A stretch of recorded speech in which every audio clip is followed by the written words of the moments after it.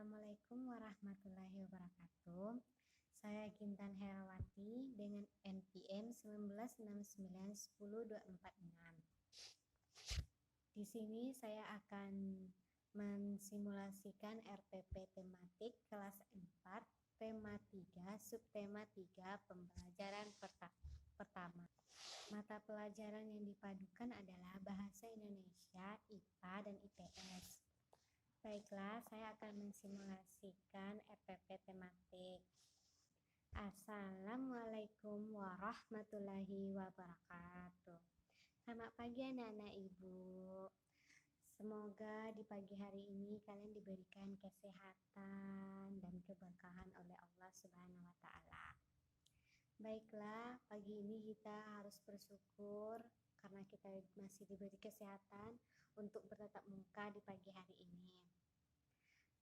Sebelum kita melanjutkan pelajaran yang kemarin ataupun pelajaran berikutnya, terlebih dahulu kita membaca doa menurut keyakinan masing-masing. Berdoa dimulai. Bismillahirrahmanirrahim. Rabbi zidni ilma warzuqni fahma waj'alni minasyolihin. Artinya, ya Allah, tambahkanlah aku ilmu dan berikanlah aku rezeki akan kepemahaman dan jadikanlah aku termasuk golongan orang-orang yang soleh. Amin. Baiklah, sebelum ibu memulai pelajaran, ibu akan mengabsen terlebih dahulu siapa yang tidak hadir. Baik, sekarang ibu tidak akan memanggil satu persatu dari kalian. Ibu akan bertanya apakah ada siswa ibu semua yang ada di sini, apakah ada yang tidak hadir. Baik, berarti kalian hadir semua. Alhamdulillah, ibu sangat bersyukur kalian hadir semua karena kenapa ibu bersyukur? Karena kalian tidak akan mengulangi lagi pelajaran yang ibu sampaikan hari ini. Sebelum memulai pelajaran, kita akan masuk ke tujuan pembelajaran terlebih dahulu. Yang pertama, menggunakan daftar pertanyaan. Siswa mampu mengenali informasi melalui kegiatan wawancara dengan tepat. Yang kedua, siswa mampu menyajikan laporan tertulis menggunakan kosakata baku dan kalimat efektif dengan sistematis. Yang ketiga, siswa mampu mengidentifikasi pemanfaatan sumber daya alam hayati bagi kesejahteraan masyarakat dengan tepat. Yang keempat, siswa mampu menyajikan informasi hasil identifikasi permasalahan pemanfaatan sumber daya alam hayati bagi kesejahteraan masyarakat dengan sistematis. Dan yang kelima, siswa mampu menjelaskan manfaat dari peduli dan melestarikan sumber daya alam dan lingkungan dengan tepat. Dan yang terakhir, yang keenam, siswa mampu melakukan refleksi kebiasaan peduli dan melestarikan sumber daya alam dan lingkungan dalam bentuk tabel dan sistematis. Baiklah, kita minggu kemarin sudah mempelajari tentang Ayo Cinta Lingkungan, dan hari ini juga kita belajar tentang Ayo Cintai Lingkungan. Lingkungan itu adalah hal-hal yang ada di sekitar kita, seperti lingkungan masyarakat kita, lingkungan rumah kita. Kenapa belajar kita hari ini ayo cintai lingkungan? Karena ibu akan menjelaskan kepada kalian bagaimana manfaat dari mencintai lingkungan tersebut dan bagaimana dampak dari tidak mencintai lingkungan tersebut bagi kehidupan kita sehari-hari. Mencintai lingkungan itu sama dengan mencintai diri kita sendiri. Kalau lingkungan kita tidak bersih, jorok, dan banyak kotoran, berarti kita tidak mencintai diri kita sendiri. Contohnya seperti ini ya, Ibu. Contohnya seperti ini ya, Ibu.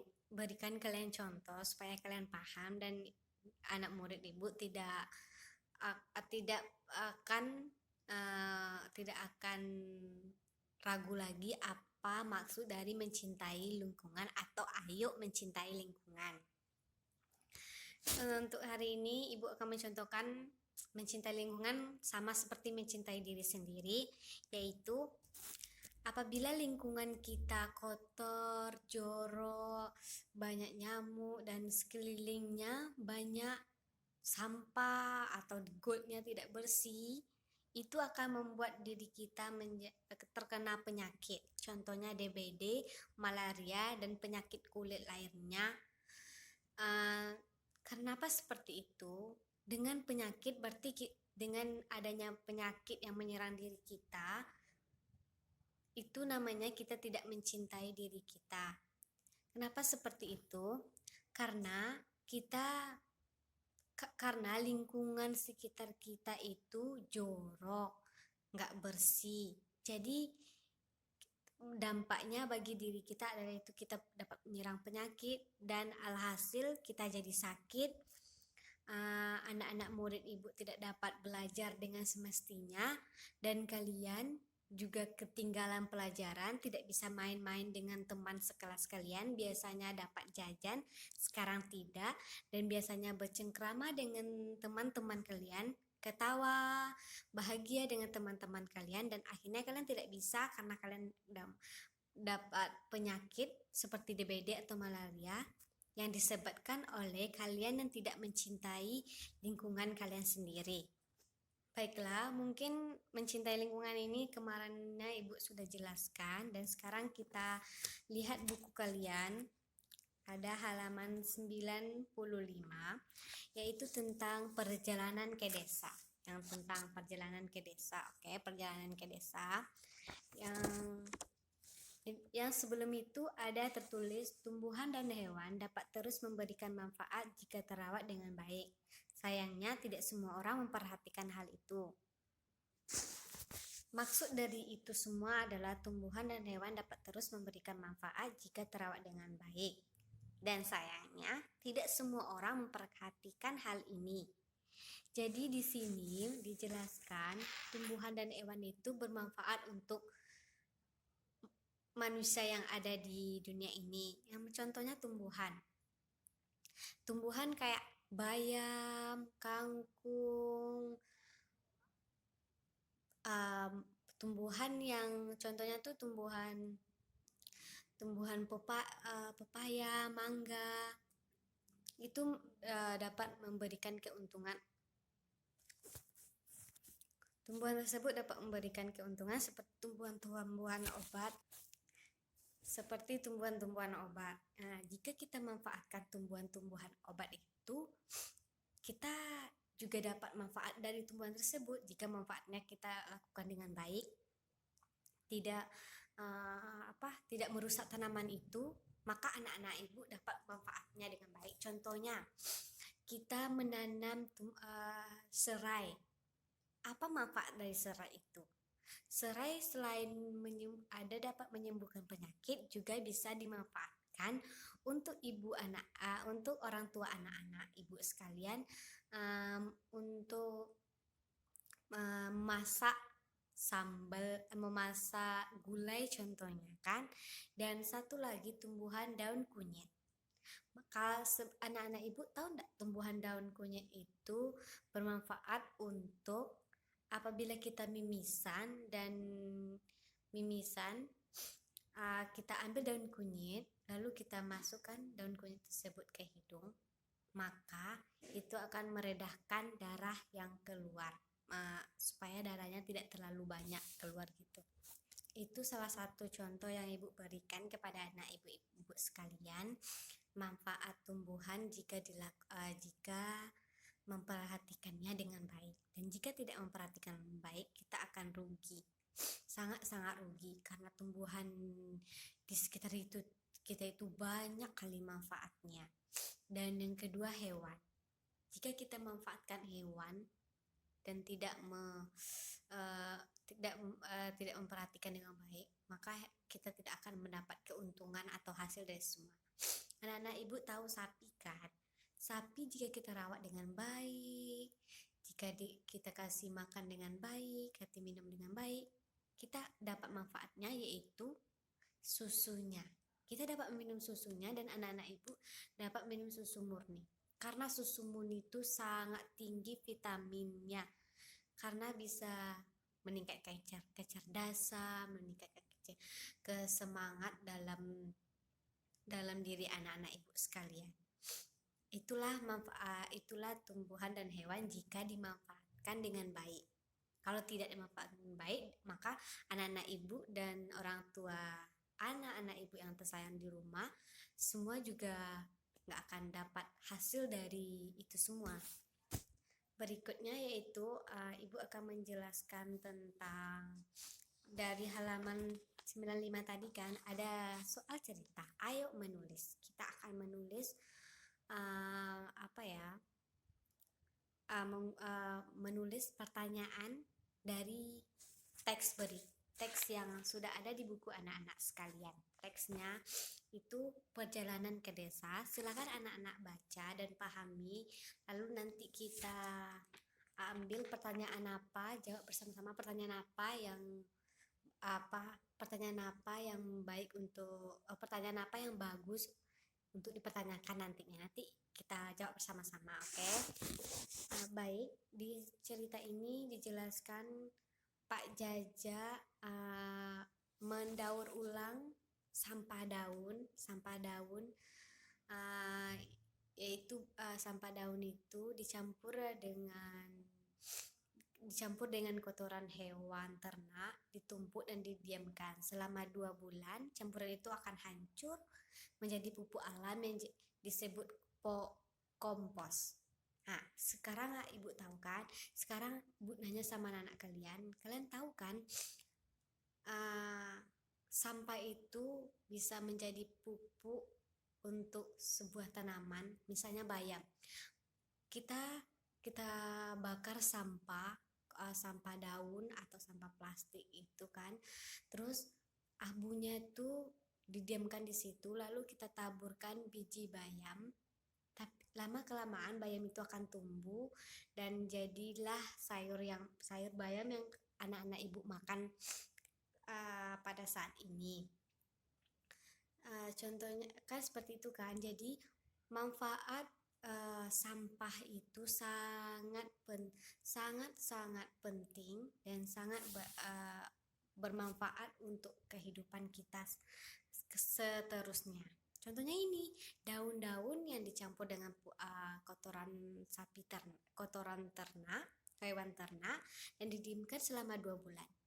Jadi itu akan menghemat orang tua anak-anak ibu sekalian untuk tidak membeli pupuk yang mahal, yang kualitasnya juga tidak tahu entah itu bagus atau baik.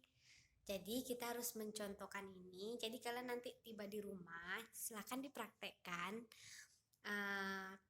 Tanya sama orang tua apakah itu benar atau tidak.